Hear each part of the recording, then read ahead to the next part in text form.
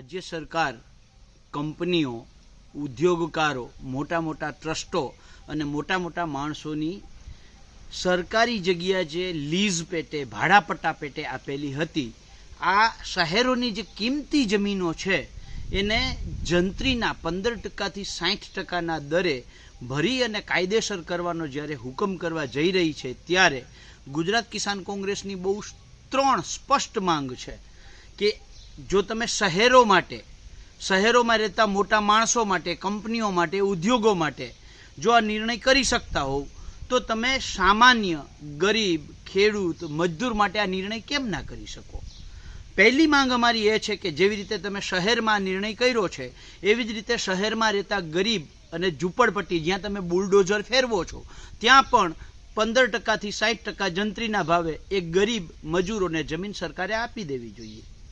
Number 2, જેવી રીતે ખેડૂતો વર્ષોથી જે સરકારી ખરાબાઓ ખેડે છે, જ્યાં એના કૂવાઓ છે, બોર છે, મકાન છે, જ્યાં 2 ગુઠા જમીન ઓરિયા ધોરિયા માટે લીધેલી છે, આ જમીનને સરકારે કાયદેસર કરી દેવી જોઈએ. એવી જ રીતે દ્વારકા જિલ્લા અને અન્ય જિલ્લાઓમાં જે 500થી વધારે ધાર્મિક સ્થળોને સરકારે નોટિસ આપી છે, આ ધાર્મિક સ્થળો તો સરકારી જગ્યામાં નથી, એ તો પહેલેથી ત્યાં ને ત્યાં છે, તો એને નોટિસ આપવાના બદલે એ જેટલા વિસ્તારમાં છે આ જગ્યાઓ પણ સરકારે કાયદેસર કરી દેવી જોઈએ. માત્ર ઉદ્યોગો, મોટા માણસો કે સરકારના માનીતા લોકો માટે સરકાર નિર્ણય ના કરે. સરકાર એ ટ્રસ્ટશીપથી ચાલતી સરકાર છે, એણે તમામ વર્ગોનું ધ્યાનમાં રાખી અને નિર્ણયો કરવા જોઈએ. એક પક્ષ માટે સરકારે આ નિર્ણય કર્યો છે તો બાકીના સામાન્ય વર્ગો માટે પણ સરકારે નિર્ણય કરવો જોઈએ.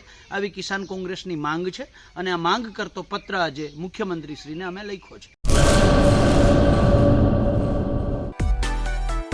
માં motor driving, safe and sure driving.